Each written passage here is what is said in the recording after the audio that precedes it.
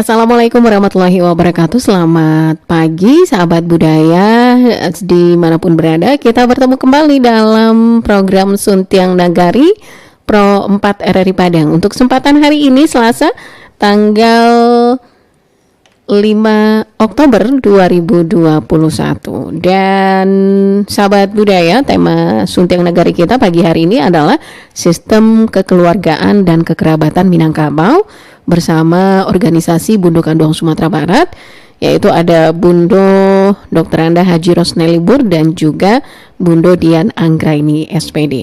Di sesi pertama sudah ada Bundo Rosnely Bur, kita sapa dulu. Halo, Assalamualaikum. Salam warahmatullahi wabarakatuh. Iya, Bundo U, apa kabar pagi hari ini?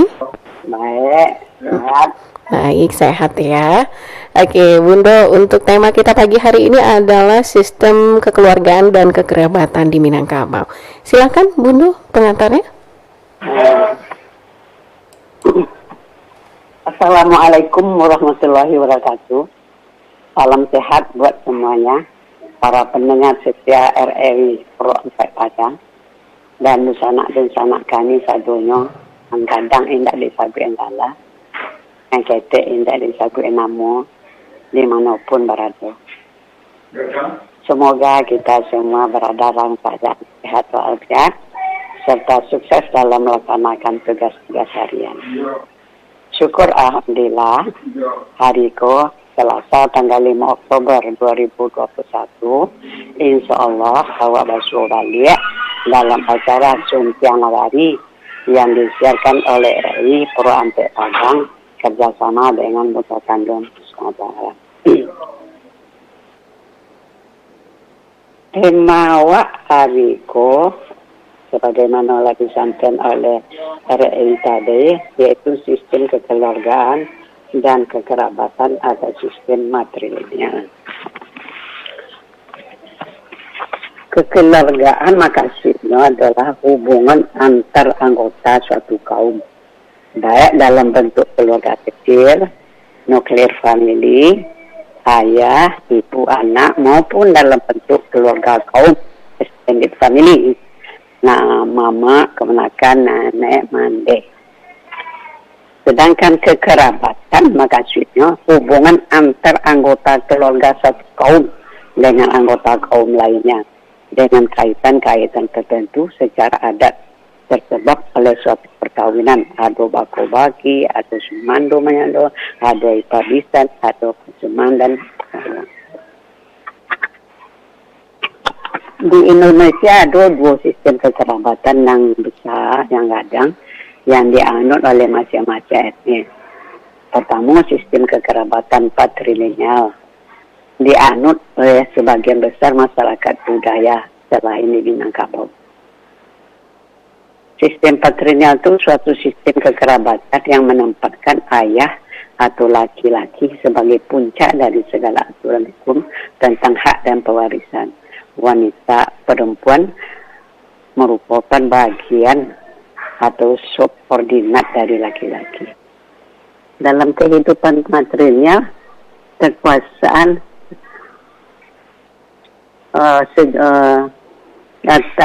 terletak di tangan suami. Istri dan anak-anak kehidupannya terletak di atas pundak suami. Apabila terjadi perceraian, anak-anak mengikuti ayah.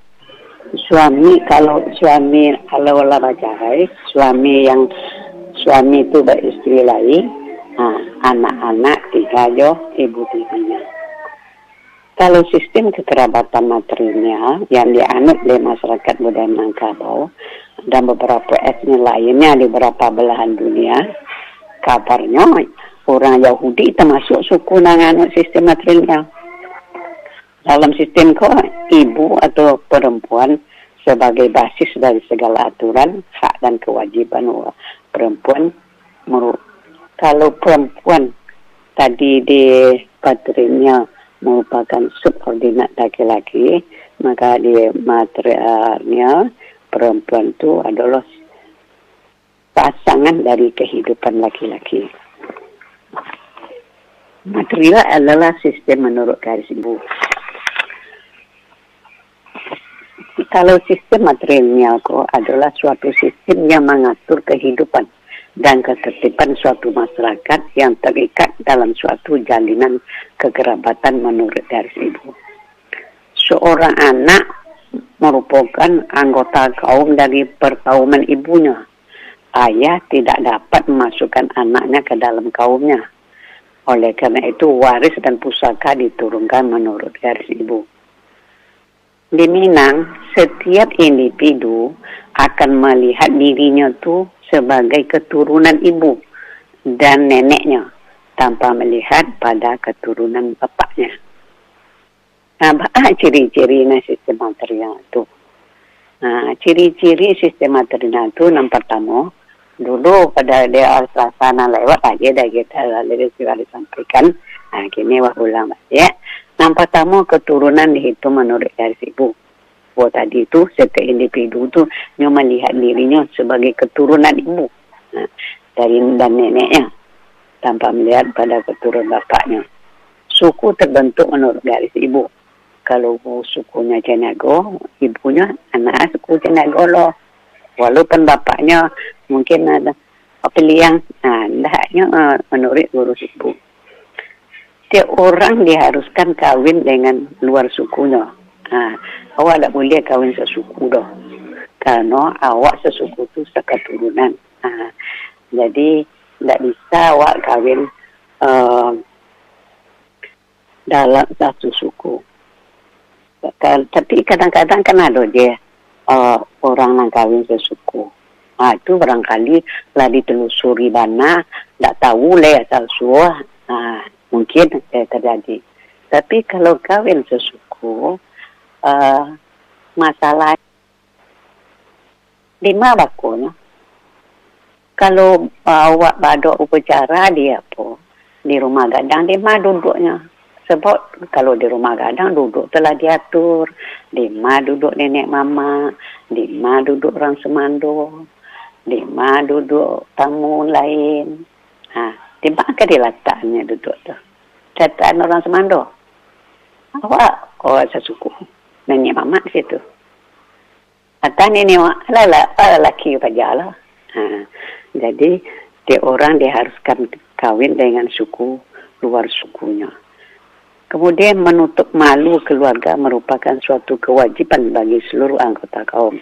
Jadi dalam keluarga itu ada kesatuan menjaga nama baik. Sebab tercemar seorang tu tercemar nama keluarga, tercemar nama suku. Kemudian otoritas dalam suku dan pusaka terletak di tangan pemilik saku. Pemilik saku kan polisi perempuan.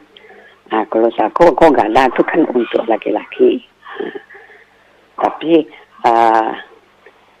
alat-alat peralatan itu tuh diletakkan di rumah gadang. Kewenangan mengatur kaum berada pada Soraya. Sebab itu pembagian tugas. Kalau mengenai penyimpanan, pemeliharaan, itu perempuan tuh. Tapi kalau mengatur kaum itu laki-laki. Ya mama lah mengatur. Jadi ada pembagian tugasnya. Perkawinan bersifat material suami mengunjungi rumah istrinya. Jadi kalau dia awak kan nang suami datang ke rumah istrinya nanti tinggal di rumah istri. Berbeda awak dia lain kan. Kalau patriarkal nang polisi datang ke rumah laki-laki. Awak nak.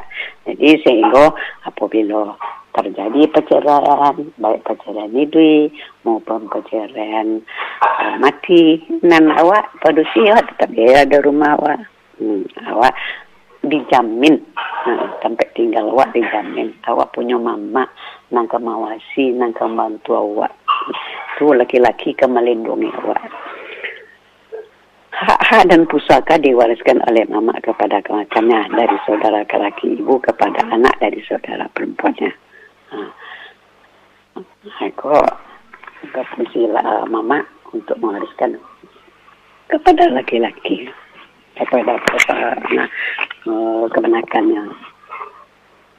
Oleh kerana sistem dibuat oleh orang Minangkabau dan untuk orang Minangkabau, maka mereka yang akan menjalankan sistem tersebut mestilah orang Minangkabau. Tidak mungkin orang lain yang menjalankan dah. Syarat-syarat seorang dapat dikatakan orang Minangkabau itu, dia punya suku, bapak mak kanapan, rumah gadang. Walaupun rumah gadang kau lah, kini lah suku, tapi siswa awak cik rumah gadang, awak cik nenek dulu tu mah. Walaupun tinggal di Padang, walaupun tinggal di mana, tapi awak tu merasa ada satu bilik dia awak di rumah gadang tu. Basawah baladang ada, kalau orang Minang kan ada basawah baladang, banyak ketek beko detong. Kemudian ada pandang perkuburan, ada sampai awak kubur, batapian sampai mandi. Itu kalau orang Minang, itu negara ni. Kalau mungkin ada orang yang tidak memenuhi syarat tu, itu berarti orang kurang tu, tidak sempurna. Tapi bahasa orang tu yang tetap nyatain orang Minang. Bagi seorang yang ingin menjadi orang Minang, dapat dibuka ada pintu untuk masuknya. Di dalam ada nama Malakok atau Indo Menjangkam Tabang Mas Tumpu. Boleh orang lain ingin jadi Minang, tapi ada Malakok ke suku. Syarat-syaratnya tentu suku itu mereka. Jadi dengan ceritaku ada aspek yang diatur dari sistem matrilineal kok. Yang pertama, pengaturan peranan laki-laki, mama bakalkan. Kemudian pengaturan mengenai peranan dan kedudukan padusi ke perempuan sebelum kandung. Ketiga, kaum dan pasukuan sampai pengaturan harta tubuh sekolah. Kalau peranan laki-laki itu ada di dalam kaum bertingkat. Yang pertama, sebagai kemenakan. Seorang laki-laki bermula sebagai kemenakan. Sebagai kemenakan di dalam kaum, seseorang itu disebutkan anak, disebut ketek anak orang gadang kemenakan awak. Kemenakan ketek kan dia swadaya ibunya. Kemenakan kalau gadang dia dikemenakan. Karena ketek itu kemenakan dia. Tapi gadang dia lebih kemenakan. Karenanya akan mewarisi. Sedangkan kemenakan itu dia harus mematuhi segala aturan yang ada di dalam kaum.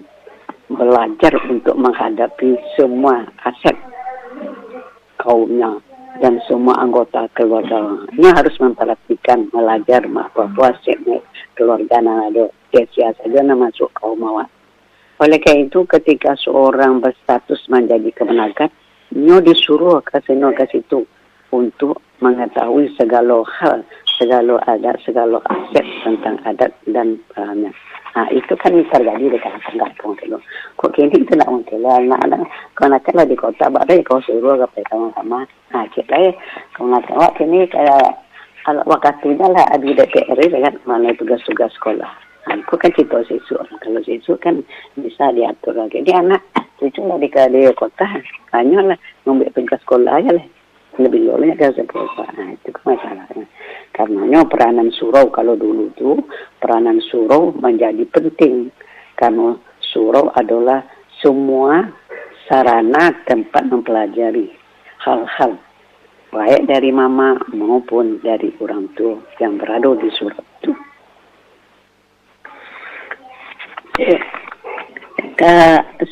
Adalah status mana kemenakan kau dalam menentukan status mereka sebagai waris sako jopo sako mereka kemenakan ada kemenakan di badan gua tu kemenakan nangsa paru nandake panarnya kemenakan di lutut adalah senini mereka kemenakan di bawah lutut nanaminggo.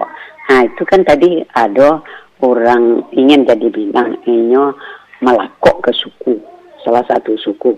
Kalau kemenakan tu nanti tu dibaluti nama, tapi tak diikut kena dalam pewarisan sakojo pusako doh. Kenonyo datang kemudian. Kemudian setelahnya jadi kemenakan jadi sebagai mamak deh. Setelah dewasa berumah tangga, kemudian menjadi mamak dan bertanggung jawab kepada kemenakannya. Hubungan tali kekerabatan mamak juga kemenakan kau kan ada panggilan mamak dan kemenakan. Dengan pengertian panggilan mama adalah terhadap saudara ibu yang laki-laki. Sebaliknya anak-anak ibu, anak-anak saudara perempuannya adalah kemenakan dari laki-laki. Hubung mama dan kemenakan merupakan hubung keluarga yang menjadi turutan, anutan sepanjang adat.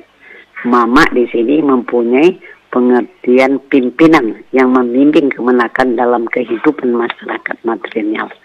Kemenakan secara hukum adat, pelanjut tradisi, keluarga akan atau kaum dalam masyarakat kaum, harta pusaka, gelar pusaka diwariskan kepada kemenakan.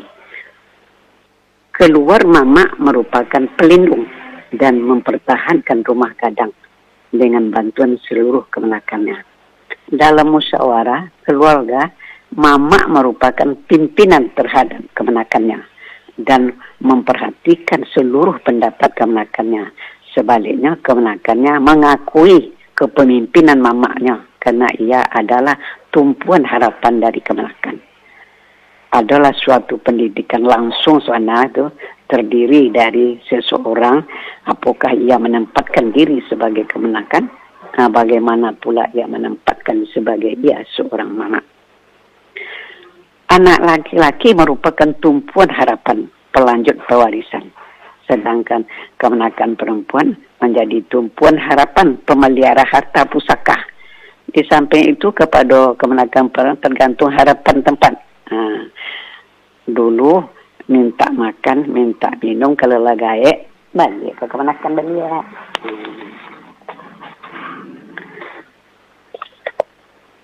Sebagai mama setelah desa tadi kemenakan menjadi mama dan bertanggung jawab.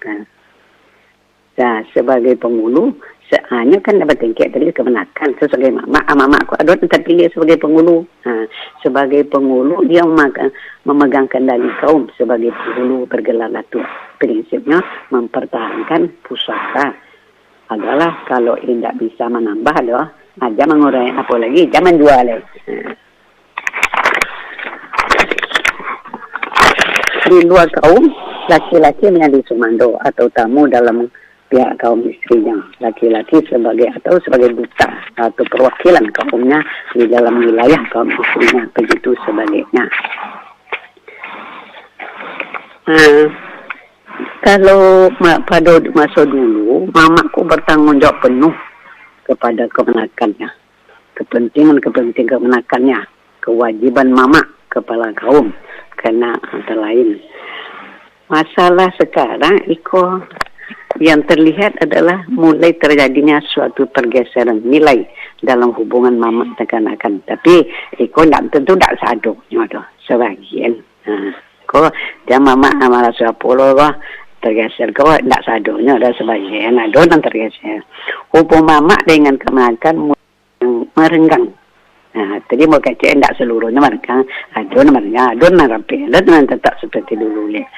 Hubungan antara anak dengan ayahnya lebih dekat dibandingkan dengan mamanya. Tanggung jawab seorang ayah terhadap anak lebih besar dibandingkan kepada kemenakannya. Seorang laki-laki di Minangkabau melaksanakan dua fungsi benar. Di satu pihak dia adalah sebagai ayah dari anak-anaknya, sedang di pihak lain dia adalah pula seorang mama dari kemenakannya. Ini makin berenggang, lebih terlihat bagi orang awak yang tinggal di kota-kota. Setiap hari seorang anak bergaul dengan ayahnya dengan pengawasan dan tanggung jawab mama seperti tempo dulu kemenakan mulai kurang terlihat. Sistem matrilineal dalam masyarakat Minangkabau telah banyak menimbulkan pertentangan antara lain peranan seorang mama dengan peranan seorang ayah dalam keluarganya. Dalam kenyataan sehari-hari hal ini dapat terlihat dengan jelas. Disinilah nampaknya terdapat pergeseran nilai kehidupan masyarakat di Minangkabau. Seorang mama ingin melaksanakan tugasnya sesuai dengan adat yang sudah ada dalam ketentuan, tetapi secara insting ia sebagai ayah untuk menguasai anaknya semakin kuat. Kadang-kadang dalam diri seorang laki-laki Minangkabau itu terdapat pertentangan batin. Di satu pihak dia adalah sebagai seorang mama dari kemenakannya, sedangkan di pihak lain dia adalah seorang ayah dari anak-anaknya. Sebagai mama dia akan mempertahankan tradisi, tetapi sebagai ayah yang cinta kepada anaknya mau melanggar tradisi. Menurut adat Minangkabau, bagi seorang laki-laki yang dekat kepadanya ialah kemenakannya yang nanti akan mewarisi gelar, martabat dan harta kekayaan. Anak menurut adat bukan seorang anak yang sekaum dan sesuku dengan bapaknya dan tidak akan pusaka mempusakai. Ikatan dengan anak adalah karena ayahnya itu suami dari ibunya.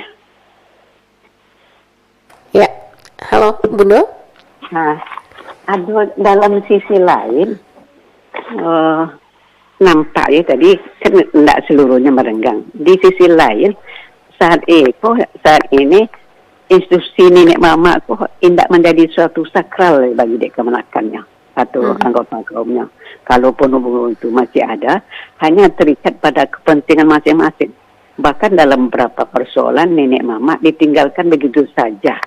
Nenek mama tidak dapat dijadikan paitan pek bertanya pada orang kini. Dek kemenakan pulang sampai berbalik lagi.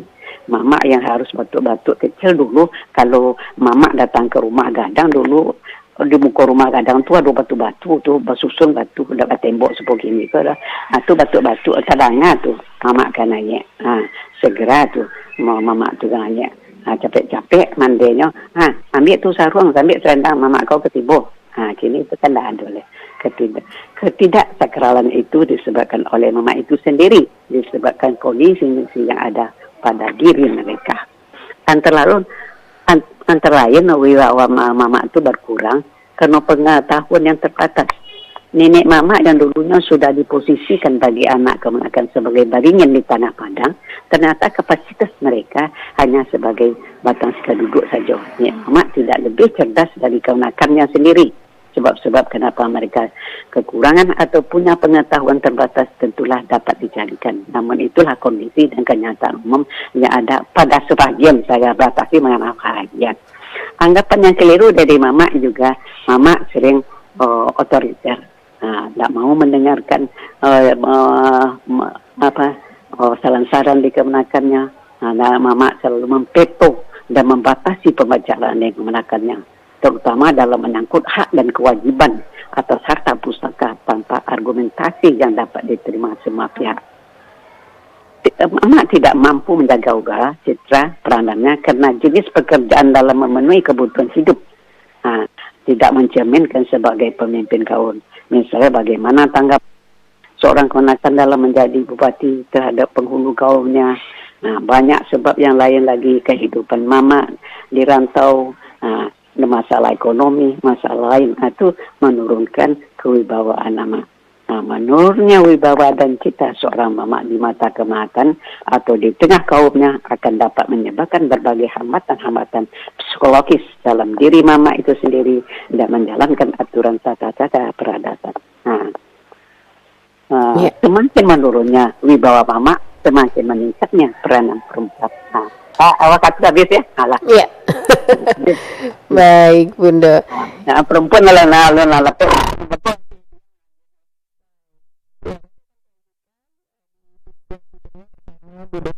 ini ya, Bunda ya. Baik, terima kasih Bunda atas waktunya. Sehat terus ya, Bunda. Assalamualaikum.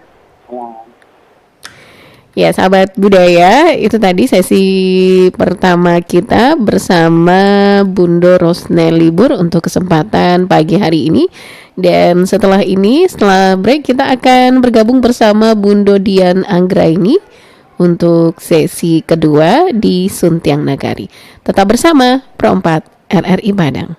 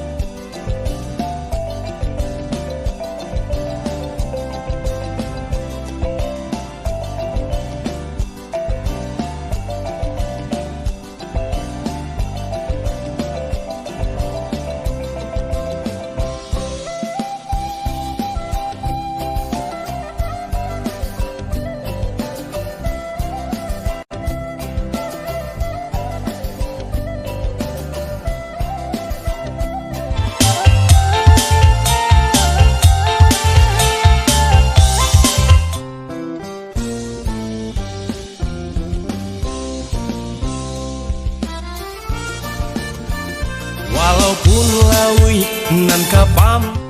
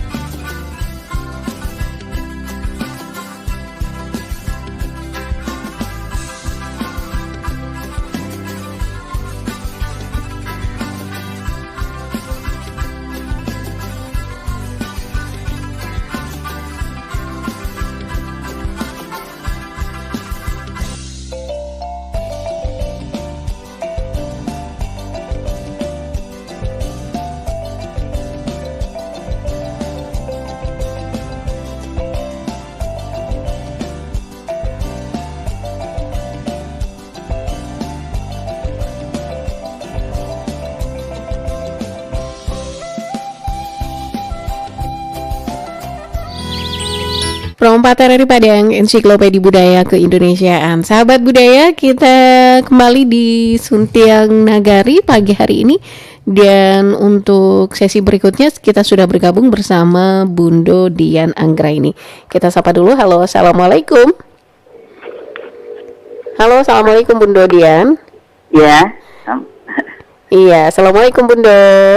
Waalaikumsalam warahmatullahi wabarakatuh. Iya, Bu Dodian, apa kabar pagi hari ini? Alhamdulillah baik dan sehat walafiat. Iya. Bunda, untuk tema kita Suntiang Nagari adalah sistem kekeluargaan dan kekerabatan di Minangkabau. Di sesi pertama tadi sudah ada Bunda U atau Bunda Rosneli Bur ya Bunda ya. Barangkali Bunda silakan untuk sesi kedua ini seperti apa sistem kekerabatan dan kekeluargaan di Minangkabau sampai saat ini, apakah Minangkabau masih memakainya atau tidak? Terima kasih Ana. Assalamualaikum warahmatullahi wabarakatuh.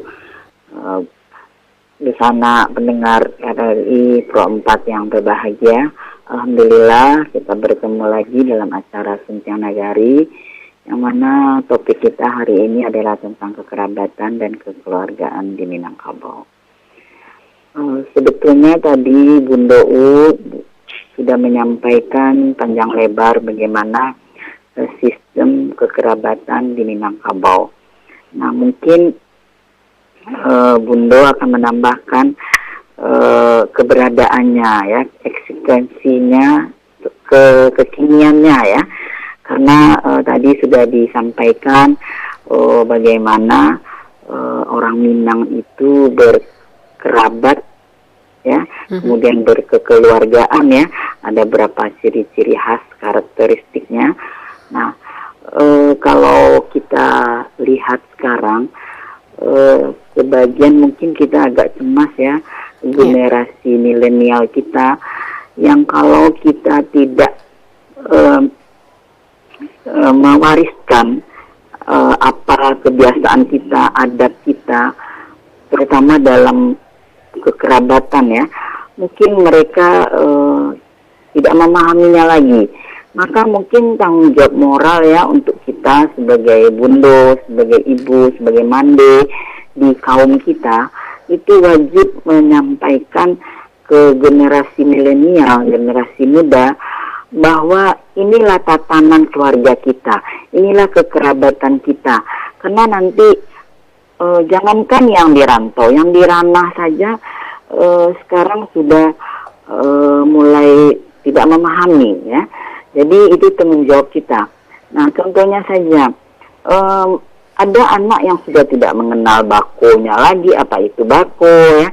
Kemudian juga penggeseran kebiasaan sebutan atau panggilan ya. Kalau kita dulu adik kakak ibu kita atau kakak mandi kita sebut mak tuwo, itu. Nah, jadi ini juga mengalami penggeseran ya dari panggilan saja.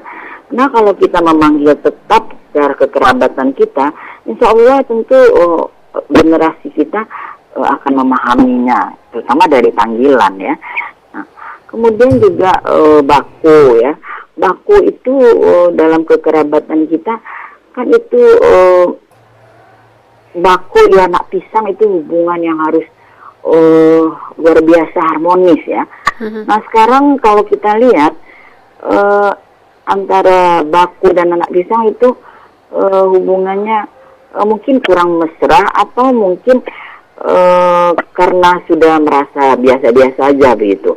Nah, kalau dulu kan baku ya anak pisang itu contohnya saja dalam kebiasaan adat kita. Kalau belum datang baku, ada anak pisang yang meninggal ya, belum datang baku, belum dikubur, belum dimandikan. Ya, jangankan dikubur, dimandikan saja belum, menunggu baku. Nah, begitu eratnya. Tapi sekarang ya mungkin kita kurang menanamkan ke generasi kita bahwa baku itu adalah asawa.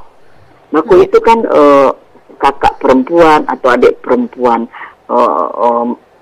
ayah kita ya. Nah, jadi dulu waktu bunda ketek-ketek dulu ya, walaupun ayah orangnya sendiri tongga ya, tapi tetap membawa ke rumah gadangnya setiap minggu pergi ke bako, walaupun itu bakonya hanya sepupuan, jadi sangat erat kebiasaan itu ya. Nah, ini mungkin kita coba lagi lah, bako itu tetap kita dekatkan dengan anak pisang ya, anak pisako. Nah, kemudian juga kita menanamkan kebiasaan-kebiasaan lain itu mungkin antara bako dan anak pisang. Kita coba mengeratkan memahami, kemudian sebutan ya. Nah, itu juga bapak ya, kan umpamanya saudara laki-laki ayah kita itu bapak ya. Nah, kita panggil Pak Tuwo, Pak Adang, Pak Ete ya, karena bapak kan. Nah, sekarang itu udah dipanggil juga Om. Nah, Om itu kan paman, mama ya. Jadi udah panggilan aja udah salah. Jadi kita coba merubahnya kembali, kita kembali ke tatanan kekerabatan kita. Mulai saja dari panggilan dulu ya, yang sederhana. Jadi bagi bundo-bundo generasi muda, milenial ya, yang baru punya anak, biasakan memanggil dengan sebutan kekerabatan kita ya. Nah, tadi Bundo udah menerangkan secara teori ya, bahwa kekerabatan kita itu harus kita punya ciri khas tentu. Nah, maaf Bundo, sebelum Bundo lanjutkan lagi, barangkali bisa kita ulang kembali tentang penyebutan di Minangkabau ini, Bundo. Karena di Minangkabau ini kadang ada orang baru yang bukan berasal dari Minang begitu ya, atau orang Minang malah sama sekali tidak mengetahui tentang sebutan-sebutan itu. Nah, barangkali bisa kita ulang-ulang kembali, Bundo, sebutan-sebutan panggilan-panggilan yang ada di Minangkabau, seperti mulai dari Ete atau Mama atau apa, silakan Bundo. Iya, kalau adik ibu kita atau kakak ibu kita itu kita panggil Mak Tuwo, Ete ya. Ini perbedaan Mak Tuwo sama Ete ini apa, Bunda, panggilannya? Mak Tuwo itu kan misalnya kakak ibu yang paling tua. Oke. Mak Tuwo. Ete ini mungkin yang kakak yang kecil gitu ya. Keseluruhan. Kemudian ada juga kita panggil Ete. Ada juga panggilan-panggilan khas, misalnya Ucu ya. Kemudian ada Ucu itu biasanya untuk yang bungsu kan. Kemudian ada kalau kakak ya, umpamanya kakak juga macam-macam, Kak Tuwo.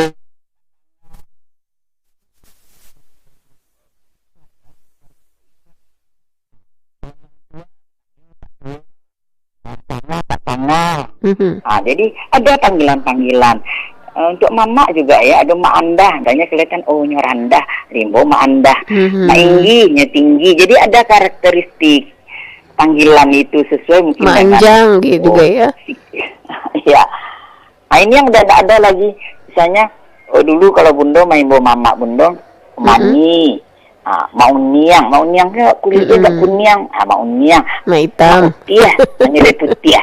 Jadi kadang-kadang dari fisik itu bisa fisiknya, bisa sikapnya ya, bisa jadi panggilan gitu kan.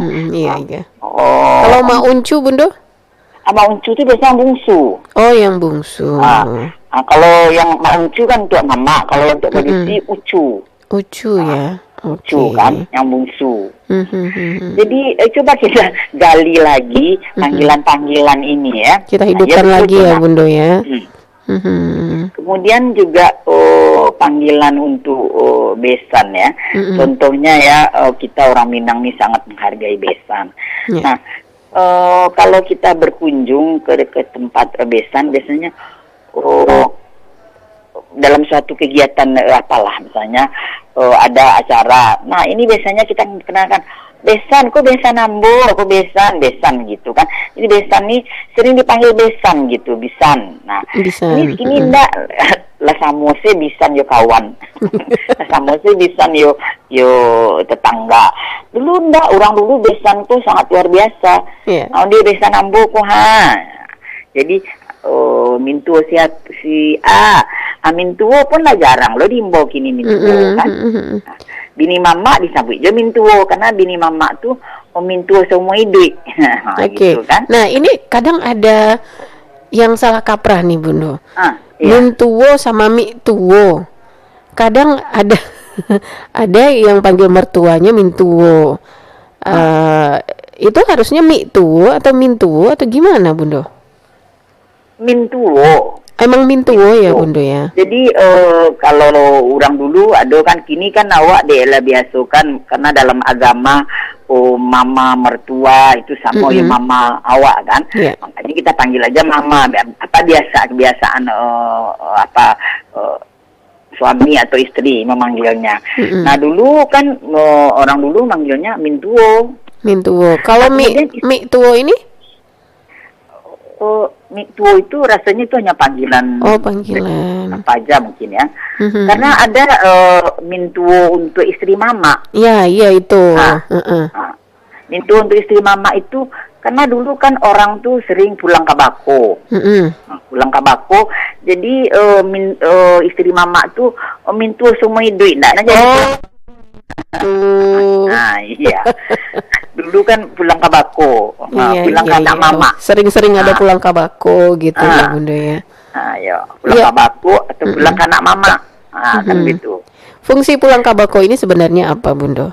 Padahal seharusnya kita kan katanya orang Minang ini orang berpikiran terbuka yang bisa menerima segala macam suku apa saja begitu, termasuk daerah lain.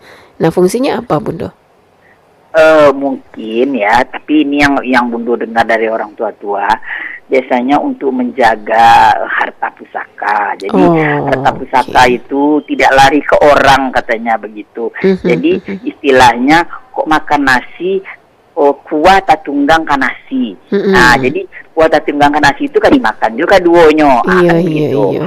Jadi terjagalah harta pusaka karena talian darah yang sangat kuat gitu. Nah, mungkin pertama itu, kemudian kedua mungkin kadangkala kan di Minang ini ketika mencari jodoh itu kan betul-betul digali ya asal usul keturunan. Nah ini kan udah jelas keturunannya, jadi tidak payah lagi memikirkan asal usul keturunan suku dan segala macam. Tidak perlu menggali lebih jauh ya.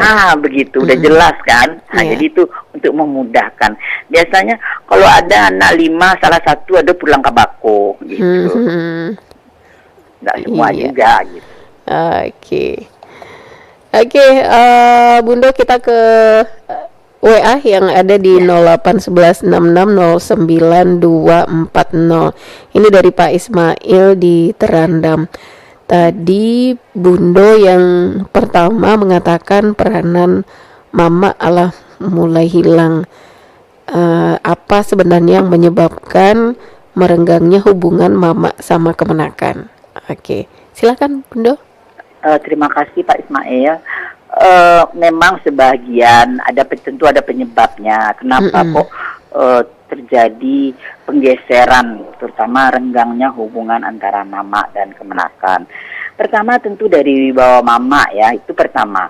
Kalau kita tetap mempertahankan wibawa mama, tadi Bunda mengatakan, ketika mama datang tuh batu, nah kita mempersiapkan diri, itu karena wibawa batu aja udah takut kita, apalagi petata petitinya ya, nasihatnya begitu. Nah jadi insya Allah kalau mama ini tetap menjaga wibawanya, pasti generasi muda akan menghargai. Itu satu. Kemudian yang kedua kadangkala mengenai harta pusaka. Nah mama ini kadang kan sebetulnya dia pelaksana menjaga pusaka, bukan pemilik pusaka kan. Yang milik pusaka itu kan Bundo Kanduang. Tapi kadangkala ada salah kaprah. Umpamanya itu sawah dipercayakan ke mama nih. Nah mama ini merasa dia punya. Nah kadangkala malah anaknya juga merasa punya. Nah ini terjadilah sesuatu yang tidak mengenakan, terjadi harmonisan hubungan. Artinya dia tidak mengerti di sini ya fungsinya seperti apa. Sebagai mama gitu. Nah, insya Allah kalau kita tanamkan kebiasaan, kalau Bundo ya insya Allah, pamannya anak yang tertua itu Dimbo Makwan. Mama yang nomor 1 kan Wan katanya cucu-cucu, Mak Wan nih kok bahasa Inggris ya Uci katanya. Mama nomor 1 kan begitu. Nah kemudian untuk yang saudara laki Dimbo Pak Wan Nah, karena dia bapak begitu. Yeah. Kadang-kadang ada itu anak-anak kecil itu protes, kok nggak sama Uci panggilannya? Kita terangkan, karena ini bapak, ini mama. Bapak itu kan saudara bapak, adik kakak laki-laki. Nah, kalau perempuan mama. Oh gitu. Jadi kita ketika memberikan sebutan nama itu insya Allah jadi karisma atau wibawa untuk mama ini ya. Yeah. Nah, kemudian sebagai mama juga begitu. Kadang-kadang ada protes itu. Anak sekarang itu luar biasa protesnya. Banyak yang pintar ya. Iya. Sederhana saja ketika anak Bundo jadi datua, itu kan ada anak datua ini kan marah. Nah, kemudian yang keponakan kan Sultan. Jadi dia protes, dia nak pemarah kok dipanggil dia marah katanya. Protes dia. Nah, alhamdulillah almarhum Rajo Pagaruyang diberikanlah supaya dia apa? Dia nak pemarah, kenapa nak beguling? Dia nak mau dia dipanggil marah itu. Ketika begitulah. Nah, kalau merasa dia memiliki apa kita tanamkan, anak-anak akan ini dia. Nah, jadi mungkin ditanamkan sejak dini ya, sejak anak dini kecil, karena proses turun mandi itu kan bako berperan. Kemudian adat-adat itu udah kita biasakan, panggilan-panggilan kita sebutkan ya. Nah, ini ketika turun mandi itu, iku ucu ya, itu ya adik mama yang paling bungsu.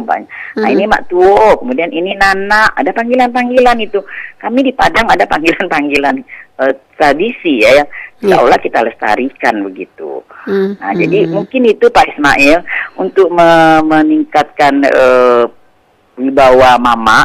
Mungkin dari panggilan aja anak-anak kita sudah menghargai ya mama itu. Kemudian sikap lagi kan, kalau mama itu bajalan di nan bana, balu aja nan patui, bukan patui dia halu. Jadi jangan ini mama malu menakan, tapi sesuai alu aja patui. Nah, kalau umpamanya ada masalah dalam kaum, bagaimana menyelesaikan, itu biasanya kami anak kecil pun dihadirkan. Ini berkumandanga tuh. Jadi dari usia dini begitu. Nah, insya Allah terjagalah kebiasaan adat kita secara turun-temurun. Nah, begitu mungkin Pak Ismail untuk menjaga wibawa. Ya, Bunda, kita sudah sampai di penghujung waktu kebersamaan kita. Sedikit Bunda closing statementnya tentang tema kita pagi hari ini seperti apa? Pendengar yang berbahagia, mungkin kekerabatan kita yang luar biasa ya, dianggap luar biasa oleh suku lain, karena ada beberapa karakteristik yang tidak ada di suku lain. Insya Allah kita bisa melestarikannya, mempertahankannya, dan mewariskan untuk generasi muda, terutama generasi milenial. Kita mulai dari keluarga kita, kebiasaan-kebiasaan kita ya, dari usia dini. Jadi Bunda minta kepada ayah bunda yang masih muda, yang baru berumah tangga, yang baru punya anak. Nah, kita coba melestarikannya mungkin melalui panggilan, melalui kegiatan-kegiatan adat ya. Ketika anak akikah itu kan kita sudah menjalankan adat. Jadi turun mandi kan, akikah dan turun mandi. Nah, itu kita bisa melewatkan panggilan-panggilan, biasanya begitu.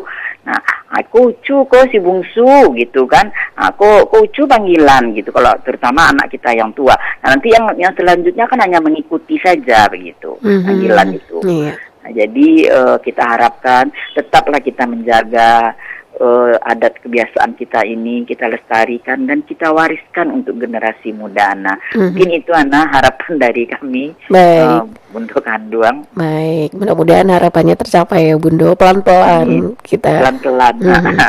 Terima kasih banyak Bundo, mudah-mudahan sehat terus ya Bundo. Amin. Iya, assalamualaikum. Waalaikumsalam warahmatullahi wabarakatuh.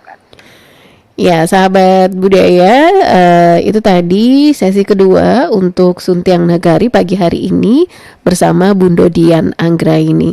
Dan sampai di sini kebersamaan kita di Suntiang Nagari hari ini, hari Selasa, tanggal 5 Oktober 2021. Terima kasih atas kebersamaannya. Selamat pagi, assalamualaikum warahmatullahi wabarakatuh.